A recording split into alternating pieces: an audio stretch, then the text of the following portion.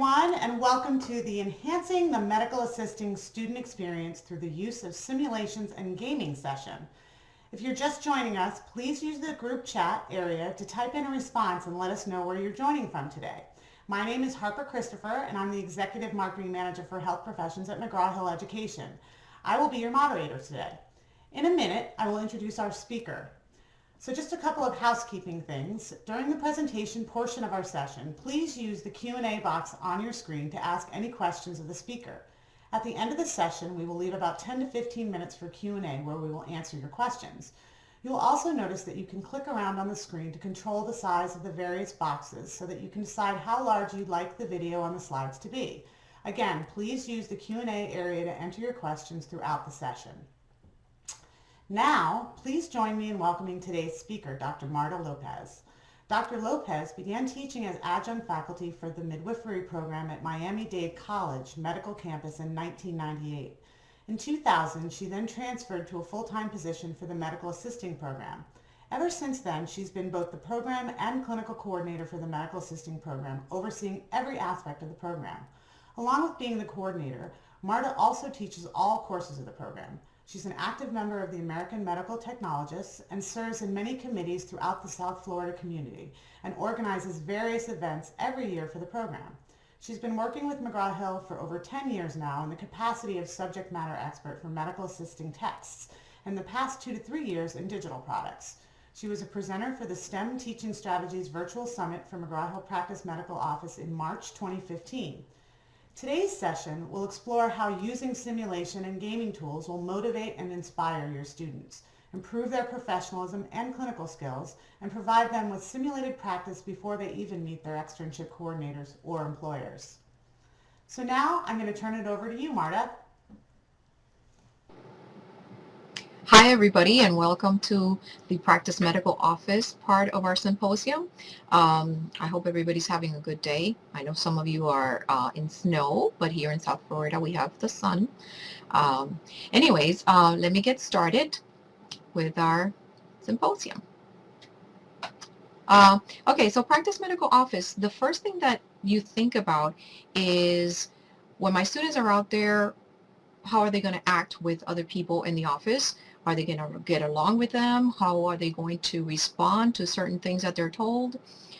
There's a lot of tidbits of soft skills that really we can teach in the classroom, but nevertheless, they still need to touch up on, because when they go out to the clinical sites, we may get calls from the sites, from our preceptors, telling us, well, this student was rude, or this student didn't answer correctly, and we see those type of things happening in our classrooms all the time. So with this said, let me start the presentation. Okay, so how many of you consider your students to be prepared when they begin externship? And I would like for each of you to answer this question. Number one is yes, my students are fully prepared. No, I think most, if not all, could use some additional preparation. And some are prepared and others are not. Okay, so let's give you a couple of minutes here.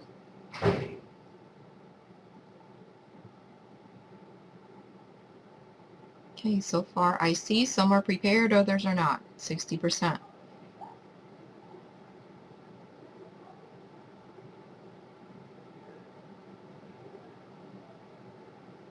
Okay, 55.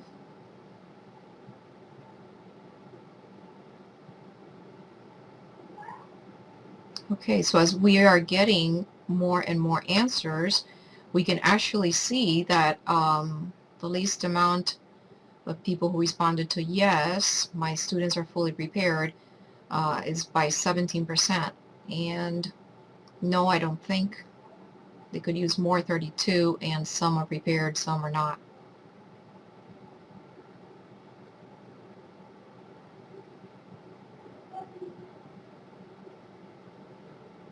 All right, so I believe that this is the end here. Yes, my students are fully prepared, 19%. No, I think most, if not all, could use some additional preparation, and some are prepared and others are not, is still the top one. And I do think that that's sort of right, the last one, because we do have students that already come to our classes who are very professional, and they keep on that way at the clinical sites. And there are some that we just have to really mold into that. All right, so let's see, I still have a couple of people at 47% that have responded. All right, so we will move on to the next question. But as we can see, some are prepared and some are not, is the most amount of answers that we are getting. I'm still receiving answers here.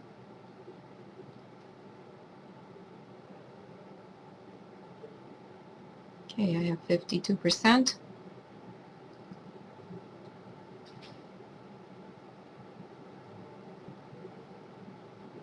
All right, so let's go to our next slide. And we can see that out of 53% of you that have answered, 48% have said some are prepared and some are not. Okay, so I do want you to, again, enter your responses in the chat area. Name a skill you think your students may not have fully mastered. So please go ahead and put it in the chat area. And I'm seeing soft skills, customer service skills, customer service, soft skills again,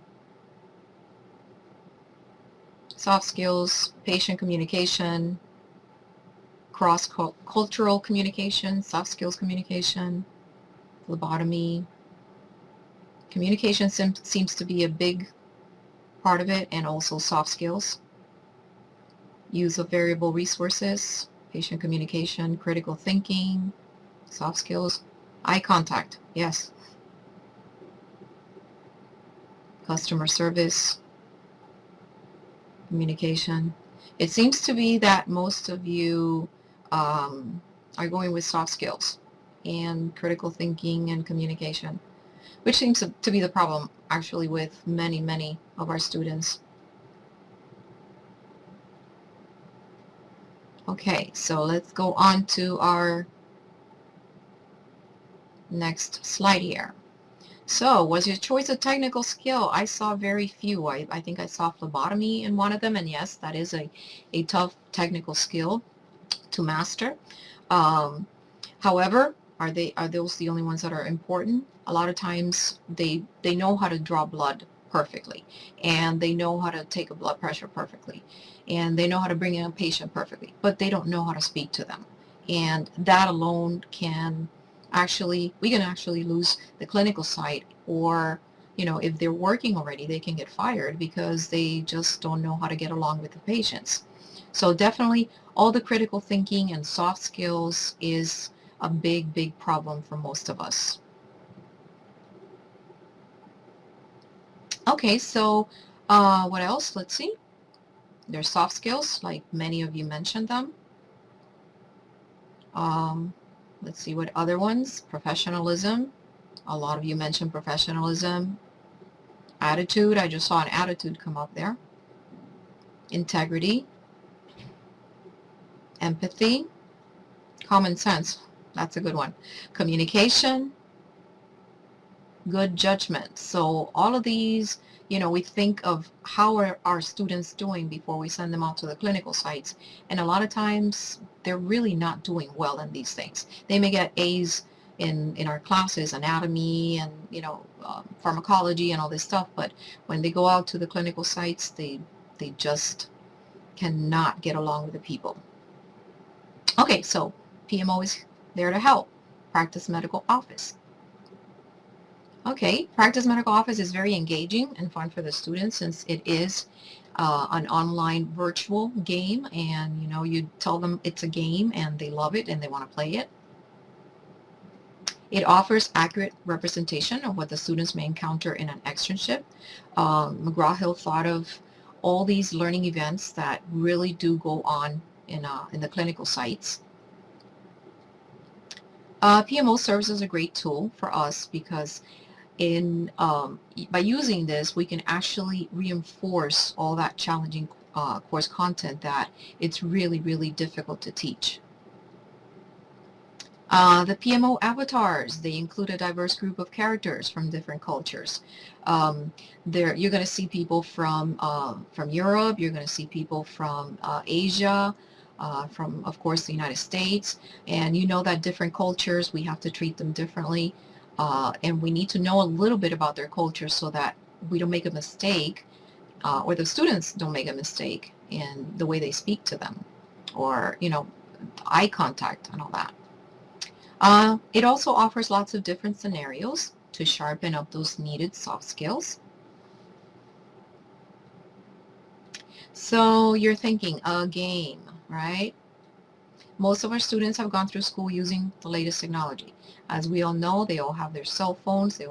Most of them have iPads, they have tablets, they have, of course, a computer, and they are on those gadgets at all times. Okay, so many students do enjoy playing virtual games as a hobby, so why not use games to educate them? I think that that was a great idea. My students love playing the game. So what does this game consist of? The MA student plays as one of the medical assistants in the medical office. Once they log in, their name comes on and they are the medical student that is there to practice in that office, just like if they were out in the clinical field at the externship. The MA is taken through various modules, which include challenging storylines, and these all simulate different scenarios which often occur in real life. We try to put as many scenarios as possible in there that the students would be facing. I'm sure in other cities, we also have lots of cultures living in your city, just like here in Dade County. We have a lot of different cultures, so they need to know a little bit about everything. And so all of this, they get exposure to all of this in the learning events. So what gets tested? Let's see what gets tested. Are they being friendly, but not overtly friendly? Because, sometimes they can be friendly, but if they are being too friendly, the patients may not like it. So especially with different cultures, they don't like to be called by their first name. They don't like to be called sweetie, etc. So you got to teach your students not to be so friendly when they're out there. Okay, are they being empathetic to patients? Well, this is important because a lot of times they don't think, oh, what about if it was me sitting in that chair? A lot of times we really don't focus on showing them how to be empathetic. So in this case, and with this game, it does show them. Are they being reliable? Are they abiding by HIPAA rules? We know that HIPAA is big now in our education and in our classrooms. And when they go out to the fields, they must know that anything that they do that is against the HIPAA guidelines, they will lose their job. So we do include a lot of the HIPAA in many of our learning events. Are they being polite and courteous to patients? And much, much more. So all of this gets tested in our PMO game. Okay, these are all hard to test, as we all know. It's not until the students leave our classroom that they experience the reality of all of this. And then when they leave the classroom and they're out of the clinical sites, it's really too late. Sometimes, I know that some of you may go to the clinical sites and be there with the students while they're seeing patients, but there are some instructors like myself that I go every once in a while. I'm not there with the clinical sites. They have their own preceptors. And when their soft skills are really, really bad, believe me, the preceptors will call me, as I'm sure the preceptors will call you too, in regards to, any of these things. They're being too friendly, or they're not going by HIPAA rules or anything like that. So it's not good. It's not good. Okay, so how does the game work? The game goes through physical work areas. And it goes through three major areas: the admin check-in, the admin check-out, and the clinical and other area. Those are the three main areas that we cover. And in each of these areas, there are many learning events which can get mapped into 4 different modules. And I'll talk a little bit about the 4 different modules. Now, each module deals with the same general theme, but is presented appropriate to the work area. Okay, so the mapping of the learning events to the modules. We have Module 1, which is interactions, and it deals with professionalism and the soft skills, which, as I saw, a lot of you said that your students are not doing well in that. We have Module 2, work task proficiencies, and this one deals with office acumen. We have Module 3, which is the office operations, and this one deals with all key steering attributes, including the professionalism and soft skills. And finally, we have Module 4, which deals with privacy and liability. And of course, in here, it's all about HIPAA. Each of these modules, each of the areas has modules 1 through 4, and we have learning events for each of them. Okay, so I put in here some of the learning events that are in the area of administrative check-in modules. For the Module 1 interactions, for example, we have demonstrate phone techniques, and we have 3 learning events for this one. One that follows the appointment protocols and policies, one that shows an understanding of the medical assisting role, and another one that deals with a panicked patient with a possible emergency that has called into the office, and the MA needs to know what to do in that case. Then we have learning event number 4, 5, and 6 deal with professionalism, and one of them is adhering to office policy, the other one is discussing office protocol with a colleague, and the other one is dealing with an irate and difficult patient, which, as we know, a lot of patients become easily distraught and easily mad because they're not getting in, within 5 minutes. So our students need to know what to do about that. Okay, so the next module, Module 2, and remember, we're only doing the clinical admin, the admin area. Module 2 has work task proficiencies, and some of the learning events deal with following policies and protocols for office operations. Some of them deal with patient check-ins, some of them with collecting co-payments and verifying data, verifying the amount dues. And some demonstrate the adherence to privacy policies and protocol when transitioning difficult patient to the clinical area. And another learning event deals with demonstrating adherence to professional policies and protocol in dealing with a pharmaceutical rep. We all know that a lot of times the reps come in, they have to know what to do with them. And I believe that this is something that we usually do not even go through in the classroom. Okay, the Module 3, some of the learning events in Module 3 deal with new office employee orientations and following protocols with that, demonstrating working knowledge, standard lab policies and protocols, demonstrate soft skills related to handling office records, billing cycles, and an angry patient, understanding standard task and supply room protocol, and just knowing the basic front desk waiting room protocols, safety equipment, emergency exits, and definitely teamwork and basic knowledge of the exam room. So this would be the office operations. For privacy and liability, some of the learning events that are covered, we demonstrate professionalism when dealing with a colleague who's leaving an open patient EHR in a viewable area, and we know that this is a big no-no. demonstrating professionalism and privacy with a patient that is having a difficulty with hearing, handling a parent's request for protected health information of an adult child, um, incomplete HIPAA forms when handling requests for patient results, and lastly, laws when dealing with confidentiality and disclosing patient information to an unauthorized patient.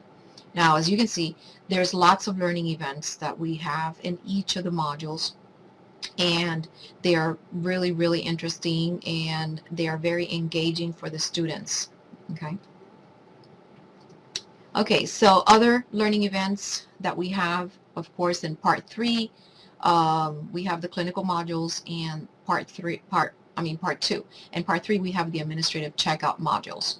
And remember that each of the modules, just like in part 1, has each of these sections, which are the interaction, work task proficiencies, office operations, and privacy liability. We cover each of the modules in each of the areas, okay? And for each part 2 and 3 each one has 5 to 6 learning events. So if you really think of it, there's a lot of learning events that the medical assistants can go through. Okay, so the modules in a nutshell. Again, this is part of the learning events, but these are more specific of what goes on in the learning events, so you can have an idea. Some of the issues are multiple phone calls plus the patients coming in to the counter at the same time. Who do you take first? What do you say to the other person? You can't just say, doctor's office, please hold, which is usually what happens all the time. We also do patients complaining about their visits, which we know that happens a lot. Problems with coding on an insurance claim form. Geriatric patients who are confused and agitated. Patients with questions about procedures that are charged. That's a big one too. Proper ID of the patients. Patient interview communication skills. Communicating when you take vital signs. And finally, dealing with pediatric patients. We also have learning events with pediatric patients where you have to know, whether the parent is supposed to answer or can the child answer. For Module 2, some of the learning events, the issues that we covered, some of them are time management and decision making, opening up the office. What do you do first? What do you do second? And it does make a difference. Updating demographic information, collecting co-pays from patients, general process of checking out patients, submitting insurance claim forms, practice coding from a super bill, scheduling referrals, preparing financials, sharps disposal and safety, assisting the physicians, calling in prescriptions, and electronic health record entries. As you can see, we cover a whole lot, but we cover a lot of the soft skills and professionalism with all of these different learning events that we're doing. Okay, for Module 3, some of the issues that the students would deal with in these learning events is stuff such as a new staff is starting, and how do you start them off? What kind of orientation do you give them? A staff calling in sick, who's supposed to take over? A lot of people don't want to stay, so a lot of people don't want to come in on their day off. Patients getting backed up, which always happens.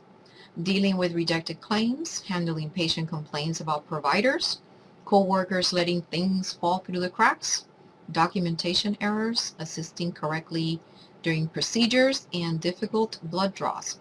As you can see, we cover a whole lot, but besides the skill itself, which the skills they have to practice in class, we need to make sure that they are answering everything correctly. Their soft skills and their professionalism.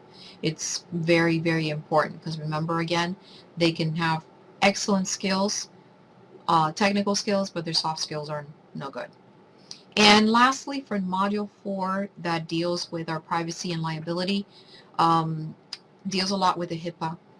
We have patient records open on the computer screens, hard of hearing patients, incomplete HIPAA forms, disclosing information about the wrong patients, emergency protocols, office gossip, which occurs, I think, in almost every single office, patient receiving another patient's mail, needle stick reporting, diversity and cultural issues, documenting in the wrong chart, and a patient that falls. Okay, all of these things are issues that are covered in our learning events. Okay, so I went ahead and I took a clip from the PMO, and this is from the check-in. And as you can see, here is the medical assistant, and at the same time that she is answering the phone, she is having a patient that comes up to the desk. And we have a question here. This would be the patient asking the question, and then the student would pick from one of these answers down here. Now we have this, and we also have filling in or answering a question itself, or putting together a sentence for a question. So it's really, really fun. And some of these, the students really think that they are correct because they're choosing what sounds the best. And you will see that when the students play the game, it's not what they're thinking. For example, calling the geriatric patients by their first name just to make them feel better, it's not really right. And these are some of the things that sometimes we just either don't have time to cover them in class, or they're not covered, and the student just goes out to the field and they are doing the wrong things. This is also a clip from all of our, well, these are not all of them. There's more avatars, but as you can see, we have a couple of doctors on board, and we have a whole bunch of medical assistants, and we also have the patients. We have many more patients than these, but this is an example, so you can see all of the different characters, and you can actually with all the learning events, you get to play with most of these characters. The scrubs, you can see, you get to pick what color scrubs you want to wear, and at the end you can actually change the scrubs depending on if you answered everything correctly or not. So it's really fun.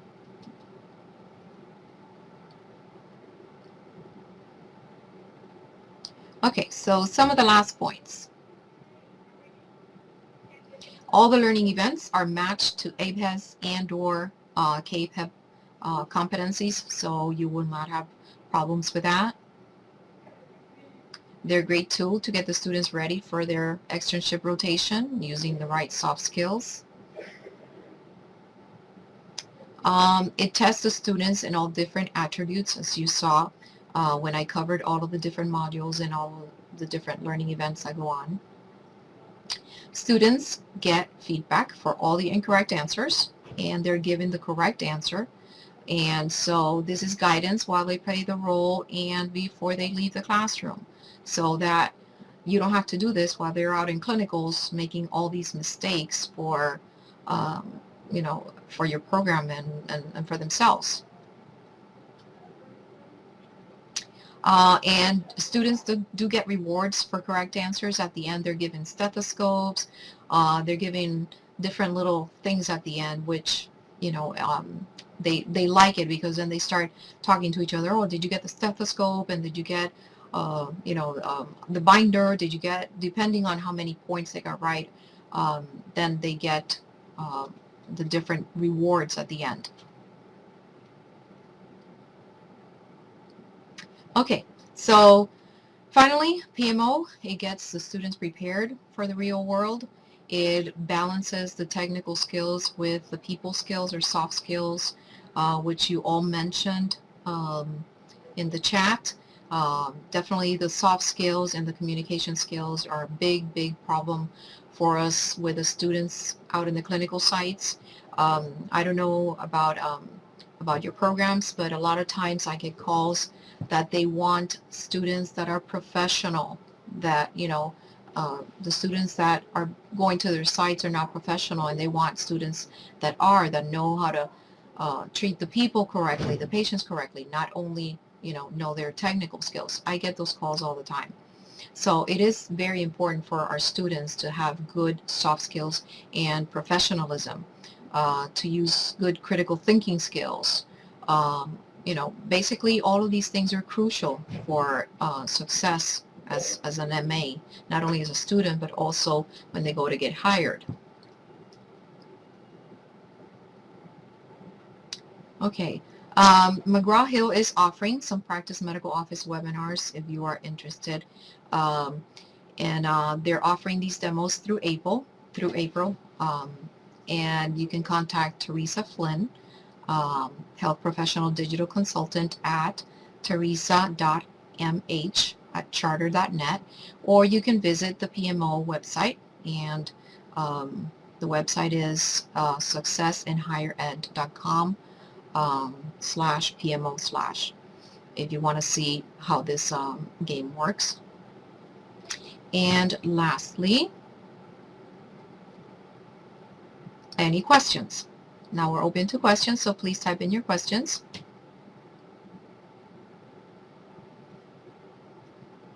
Okay, so how are you integrating PMO into your course? Do they do it as homework? Do they set aside any class time for them to work on it and or go over the results you are seeing? I am integrating the PMO into my course, and it is done as an assignment before they go out to clinicals, because I do want to make sure that they are professional and that they have good soft skills when they go out.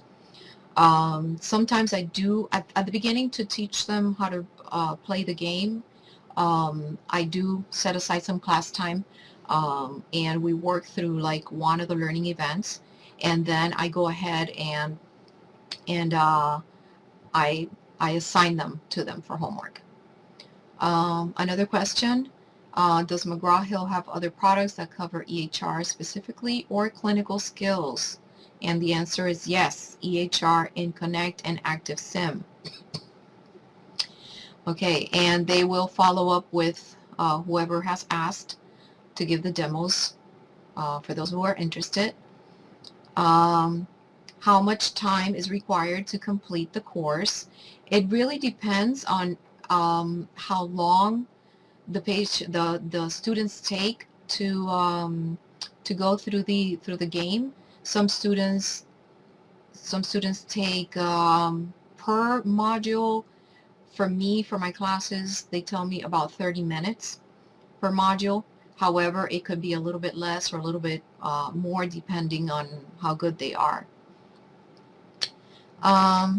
Let's see how much EHR is covered in this program. Much buzz about this during the chat. Okay, EHR, excuse me, EHR is covered a little bit, not a whole lot, only because this game is based more on professionalism and soft skills. Okay, how do we access the specific material? Okay, you would have to go into the McGraw-Hill Connect, and it's there. There's a little tab on the side that says Activate PMO, and the game comes on. Now your students would have to pay an extra fee for the PMO. Let's see what other questions.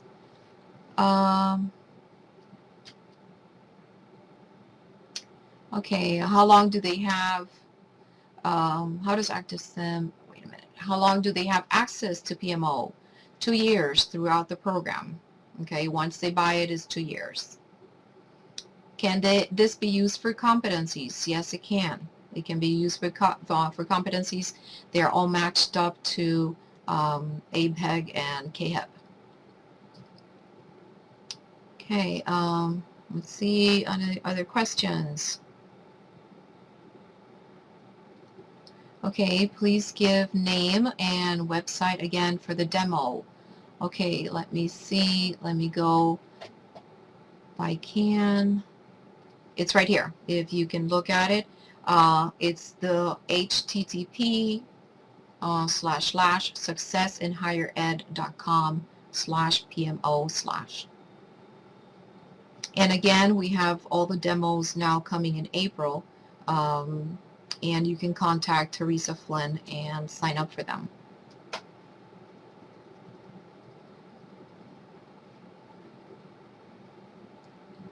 Okay. I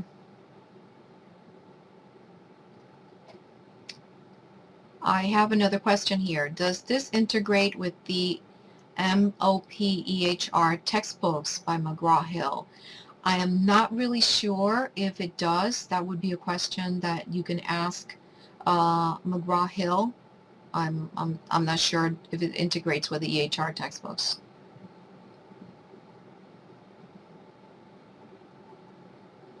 Okay, let's see what other questions.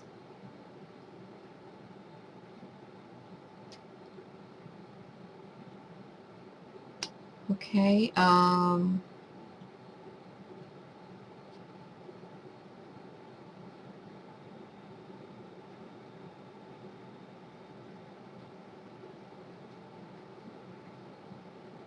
can we package PMO with any of them? It is integrated with, yeah, it is integrated with the MA textbook right now. The Booth 6th edition, you can integrate it with PMO, and when you go to connect, you can actually have PMO there for your students to also go ahead and do PMO.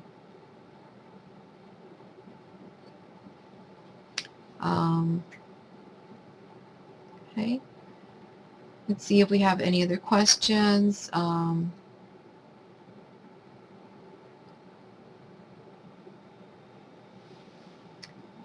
Do you assign as lab time or homework?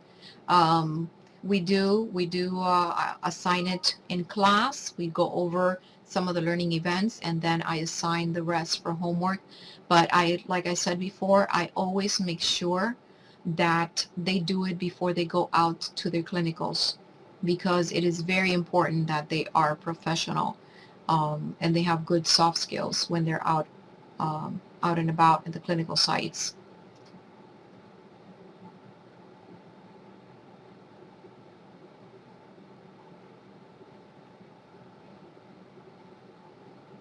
Okay, let's see, anything else?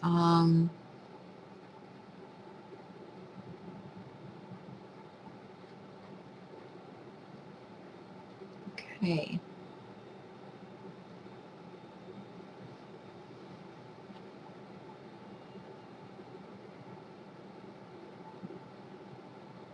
Okay. Any other questions?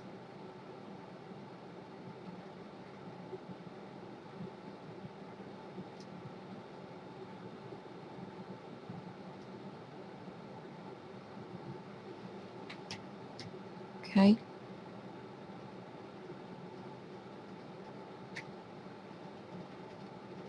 I hope that you guys can see the website for PMO on here. And also, Harper gave you the amount. The amount of money that it costs is $25 packaged, or $60 for standalone for 2-year access.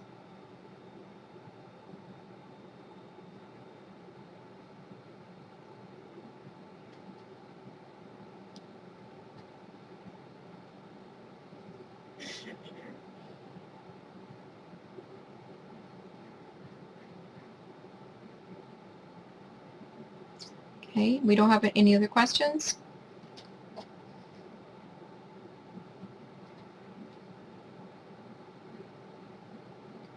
Okay, well, I'm thanking everybody for joining us today, and I hope that you do take a look at the PMO webinars that are offered through McGraw-Hill, and have your students practice practice the PMO and see how they like it. And if you have any questions, either, get in contact with McGraw-Hill or go to one of these demos. Sign up for the demos. They're really good, and they'll show you exactly how the game is played. Thank you all for participating.